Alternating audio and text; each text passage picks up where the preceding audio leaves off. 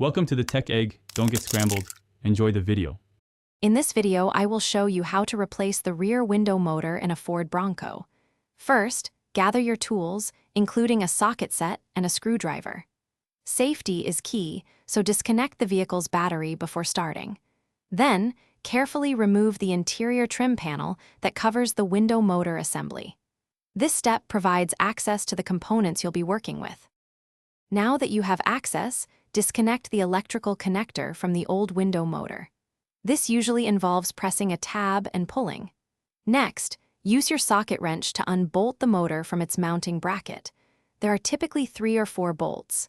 Finally, carefully detach the motor from the window regulator mechanism, ensuring not to damage any surrounding parts. With the old motor out, it's time to install the new one. First, carefully attach the new motor to the window regulator, making sure it seats correctly. Then, secure the motor to its mounting bracket using the bolts you removed earlier. Tighten them firmly.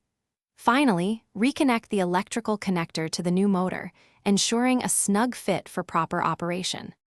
Before finishing up, reconnect the vehicle's battery.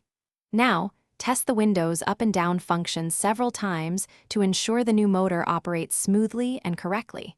Once you confirm everything works, carefully reinstall the interior trim panel. Make sure all clips and screws are securely fastened for a professional finish. You've successfully replaced your Ford Bronco's rear window motor. Thanks for watching. Consider subscribing if I helped unscramble your problems.